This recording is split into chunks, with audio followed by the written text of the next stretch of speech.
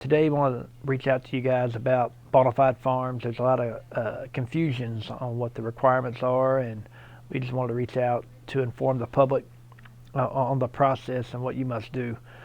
We have had an increase of bona fide farm people coming in saying they have a bona fide farm, and they don't, because they've been told through the grapevine this is how you got it, but it's not so, and that's why we tell you we want you to come in and talk with us to make sure you are moving properly.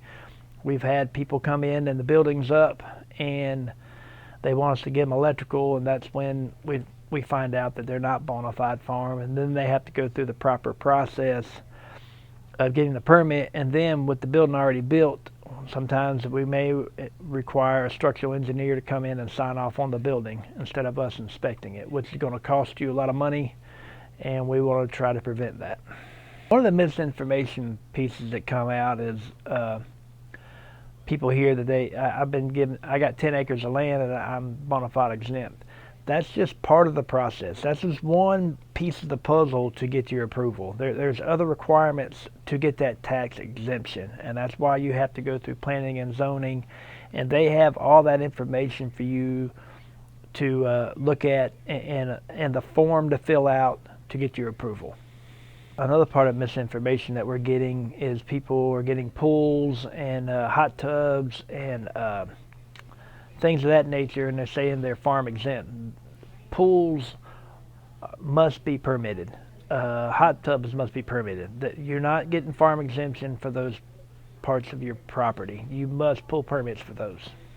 First of all, when it comes to bona fide farms and the exemption, it's very complicated. You must go through Surry County planning for the requirements and proper approvals. There is a form that you must fill out to turn into planning, and they will review that, and once you get your approval, then you're able to move forward with your bona fide farm project. Now, there's also with environmental health, maybe the requirement there, if you have a spigot outside of the building, it's not required. But if you have any kind of water inside of your building, your farm building, you will have to go through environmental health for their approval. When it comes to the building part of it, there's two ways. You can be bona fide exempt for your building, and what that means is you're not required to have a building permit, a mechanical permit, or a plumbing permit, but you must have an electrical permit for your barn. And again, a bona fide farm building is a building solely for farm use. That's for storing farm equipment, hay, animals, all that kind of stuff is considered farm exempt. Now, there's the confusion there is where you can build a house without permits, and that's not so. If you're building a dwelling on a bona fide farm, you must have it must meet the North Carolina Residential Code. So you must pull proper permits for your mechanical, building, electrical, and plumbing. There is some bona fide farm exemptions when it comes to the wedding venues, but again, that has to go through proper zoning and planning approval. Also, we have created a new form once you come to get your bona fide farm and we give you the electrical permit.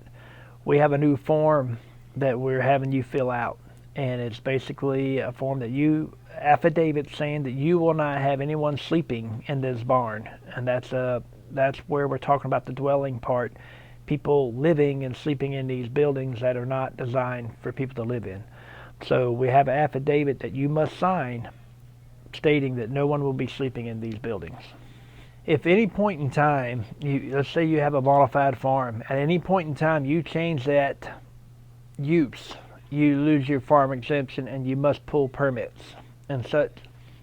If you put an office or garage, something of that nature, you change the use and it's no longer for farm, even if it's 10% of that building, you lose your exemption and you must pull proper permits.